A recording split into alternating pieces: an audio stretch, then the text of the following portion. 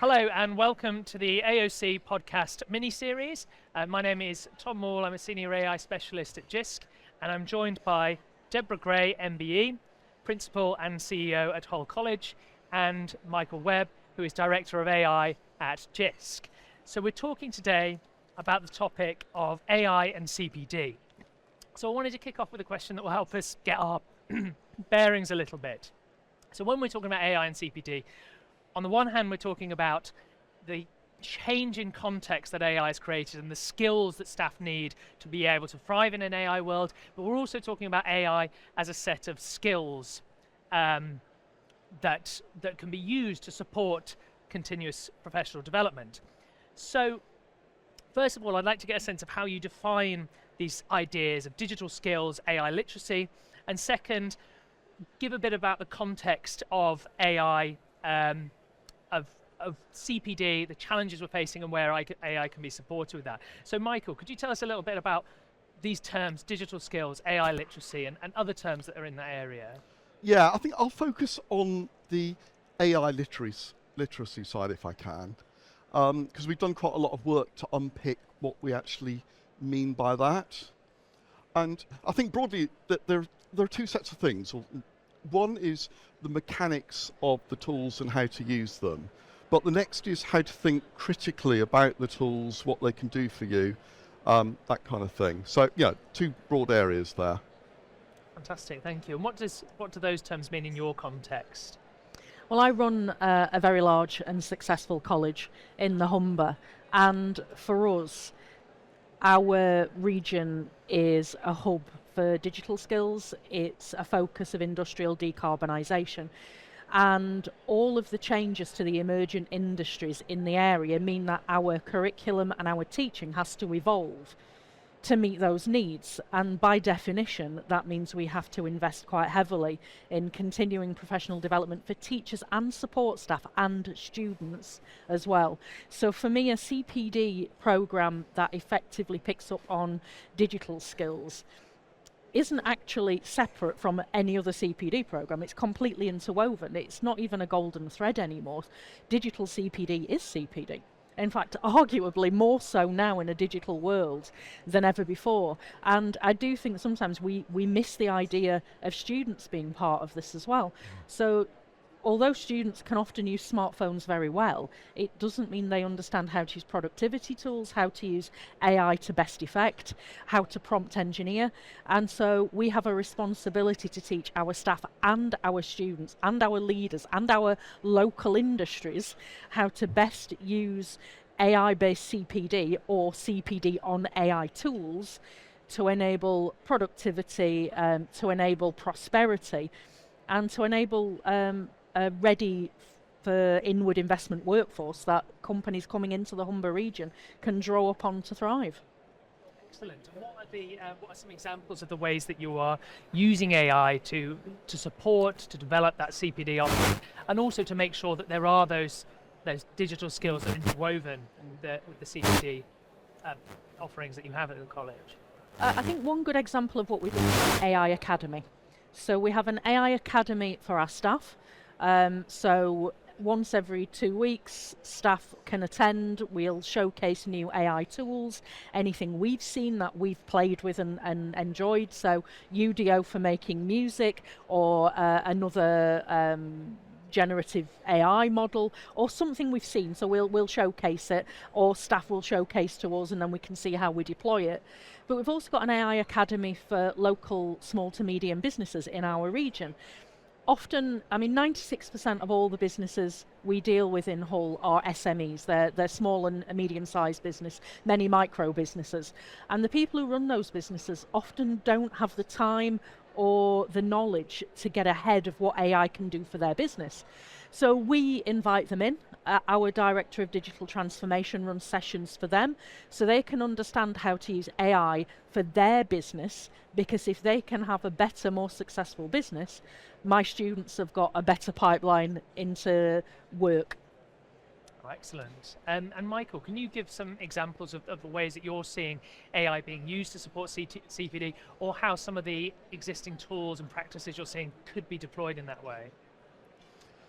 Yeah, I think So one of the interesting uses is in AI to actually create resources for CPD. So currently we record a lot of sessions in Jisc. In reality, it takes ages. We fluff our lines, we have to redo them. OpenAI released a new version of the tool and suddenly the terminology is out of date. So we're increasingly using tools like Synthesia, where we can get AI to speak our text. If we need to change just a word, we can just click a button, regenerate. So it's going to be interesting. It's early days of getting feedback on how learners, staff feel about receiving stuff in that way. And I think we'll have to keep an eye on it and see. But it enables us to create more resources than we ever could by manual processes. So I think that's quite an interesting thing to look at. Absolutely, and I've seen the example of you using Synthesia and creating a version of yourself to deliver something, which is really exciting. And I've seen there are similar examples across the sector. I suppose one of the things that one of the terms that comes to mind there is deep fake. Not saying it's. So it brings up the question of the authenticity of information, which again is becoming part of that digital literacy. Do you have any tips on how colleges can support their staff to make sure that they have that information literacy to be able to deal with content and question its authenticity? So I'm just going to go a slightly different angle on this one to start with, if that's okay. Just because I was in an absolutely fascinating conversation with media producers, this is film producers, about AI and production of stuff. This was at a House of Lords round table about legislation there. And it was amazing the difference in opinion about how willing audiences were accepting AI-generated content. There were one group saying, yeah, absolutely fine, we've done it all along. Film is intrinsically fake. And another side saying, no, audiences will reject it immediately. In the middle were the people more along the lines that you were saying, that actually, as long as the person watching it didn't feel duped and could make an informed decision about what they were seeing, understand it, then they'd actually feel comfortable.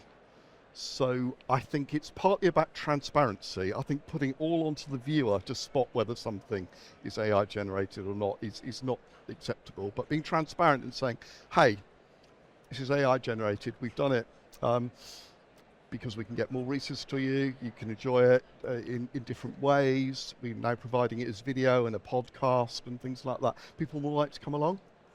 Excellent, that's really interesting. And so, Debra, then, are there any concerns that you, or perhaps members of your team, your colleagues, have around AI that perhaps need to be addressed in training programs and communication around artificial intelligence? I think that's a really interesting question. And I was listening really carefully to what Michael was saying, and I think I again probably take a different view on this. So fake news isn't new. Since the invention of the printing presses, and even before that, there was a huge gossip mill. So we have had to continually sift and check information for veracity and for truthfulness since we started living as humans in communities. I think we're very skilled at it. The skills aren't different. The medium through which those things are delivered is different. And I think in the same way that most young people these days can look in the internet and they've got a very good sense of, actually, is this real, is this not real? I think as deepfakes become kind of more established and more easily used, firstly there'll be legislation which, will step into some of that breach, but it will never deal with it in its entirety.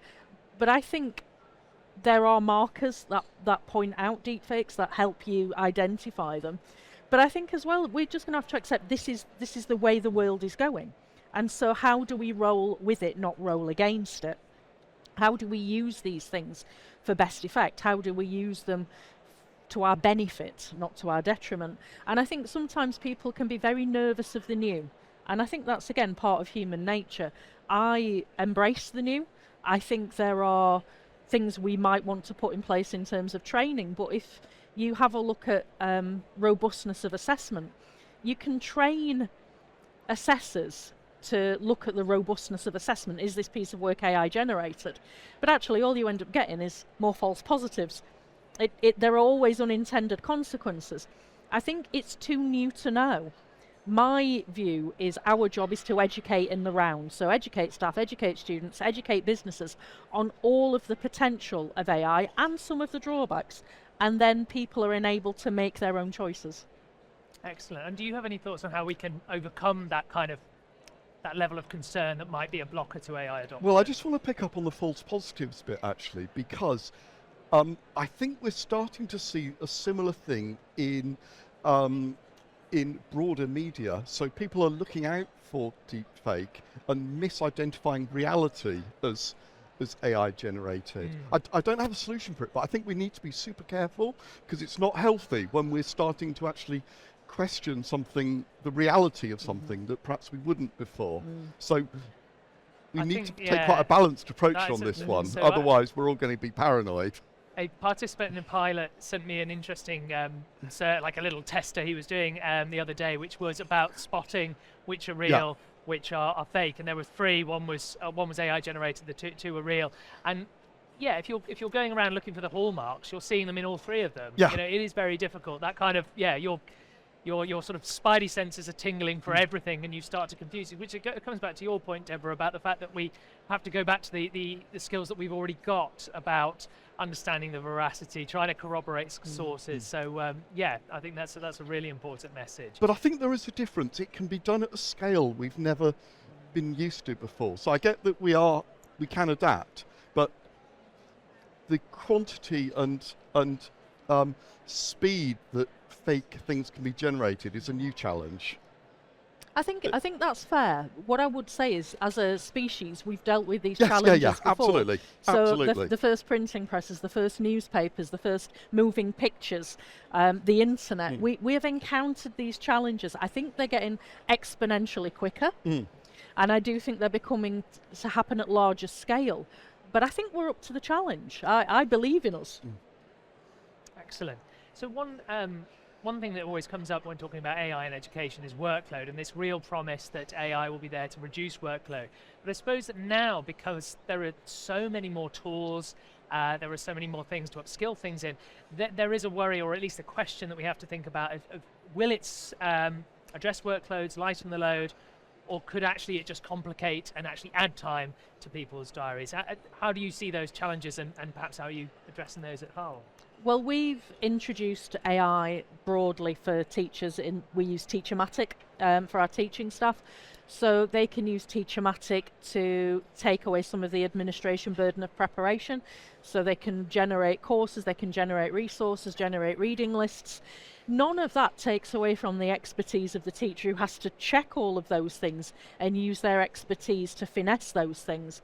I think AI has got tremendous potential to reduce workload, but I think the challenge there is you find things to fill the gaps it makes.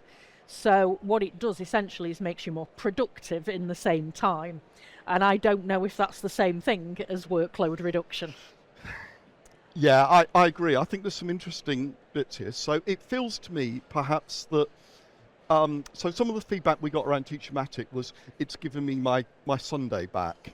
And as long as they then fill the Sunday with family activities and things like that, to me, that's an example of genuine workload reduction. If it's within the normal working day, I agree. I think it's not workload reduction, it's reallocation of resources to hopefully something more productive. And I think both are really important. And in terms of navigating the fact that there are now loads and loads of AI tools available, do you have any tips on how people can sort of structure and pick a manageable number of tools to support them in their day-to-day work? I certainly think it makes sense for colleges to pick some as the ones that they'll support staff with. And when more than one college does, like Teachermatic, people can share tips and things like that. It's magnified. I think just expecting everyone to pick, just out of the ether tools that are useful for them is too much of a challenge, because there are too many. So, don't be over prescriptive, but certainly guide people. So this is known. you can share your ideas, thoughts with other people, find out what people have done on a small subset is a good way of getting going. Fantastic. And I suppose now it's useful to think about AI as a tool in CPD in the various different ways. So we've discussed the idea of it creating content and creating videos, for instance. Are there any other ways that you've seen AI being used really well as a tool to help deliver training to staff and to help with their skill sets? Right, so I'm going to say what I think we should do rather than what is happening. So at the moment, I think that there's a huge potential for AI to assess what we actually need CPD in. And then targeting just the things that you need at the time that's useful to you. And this is exactly the same as the rest of education in reality. Why are we not doing that? Sometimes CPD feels like the poor cousin, I have to say, to other forms of education, and it shouldn't be. So that's where I hope that we see direction of travel over the next year or two. I would agree. I think it's got tremendous opportunities for personalisation. And the challenge sometimes with CPD in a large organisation, it can feel like you're sheep dipping people through the things you need them to know, but that can often be wildly different from context to context to context. I think using AI enables a degree of personalisation that would be very burdensome to develop in real time. So what does safeguarding look like in a dozen different contexts in my organisation? Well, we can do that now at the push of a button or at the generation of a prompt. And I think that's really powerful stuff. So in terms of getting to that point of personalised CPD, with the use of AI to assess needs in the first place as well, with that being the kind of a long-term goal, what do you think are perhaps some of the shorter steps that can be achievable, or the more manageable steps in the short term that colleges can look to achieve to reach that goal? I think the first and the most important one is don't see AI as cheating, because it isn't. It will be ubiquitous in every industry over the next 15 years. It will become part of what we do day in, day out. And I think there's still a perception that if you use AI for something, then you're not doing the work. My view is it's an art form to craft a really good prompt and to finesse an output. And those are the skills of the future, and we have to be teaching them now. Excellent. And so, just one of the things that would be interesting, we finished off the last podcast we did with this idea of what AI might bring to the table in 5-10 years' time. Do you have a sense of what you see CPD perhaps looking when it's AI empowered in 5-10 years' time, when we're on the nth iteration of GPT, for instance? Well, I think this is where science fiction for me crosses over, because I would love to see an entirely personalised digital CPD assistant who will tell me about anything I need in any way I need to know it at the push of a button. So that for me is having a personal teacher in my pocket for whatever I need whenever I need it. Yeah, I think that there's some really interesting thing going forward. We're going to have to think about the balance of, I'm going to use the surveillance word, but to personalise, systems need to observe us. And do you remember some of the tools that we looked at that watched you deliver lessons, for example, and gave feedback? And we were trying to find the sweet spot of it not feeling invasive, but it being super useful. So I think there's going to be a lot more discussion about where we feel comfortable being observed, how the data's going to be kept safe, secure, not misused, to enable very effective personalised feedback. Because in reality, you can imagine a situation now where an AI says to me afterwards, Michael, in this session, you looked at the camera too many times and you waved your arms around too much. And that would be like super useful, but also quite invasive. So if the parameters are right, I'd be really comfortable with that kind of thing as an ongoing CPD process. So that's where I'd like us to get to, but safely. That's really interesting, yeah. So when I was a teacher, we did have the iris camera at the back of the room, which I think I use maybe like once a term on average. But it involves the idea that your line manager, your tutor is there watching you and then watches it back with you, looks at key bits. Obviously very labor Yeah. intensive. Having an AI that could support you with those kind of tips, I think could be really useful. And I'm not sure it's possible to wave your hands around too much. I feel like the more the better. Isn't it? I'm glad to hear that, Yeah, actually. That's it's, a useful thing always to been know. my philosophy with hand waving. Thank you. Well, that's been really great speaking to the two of you. Thanks so much for your time. And thanks for those listening.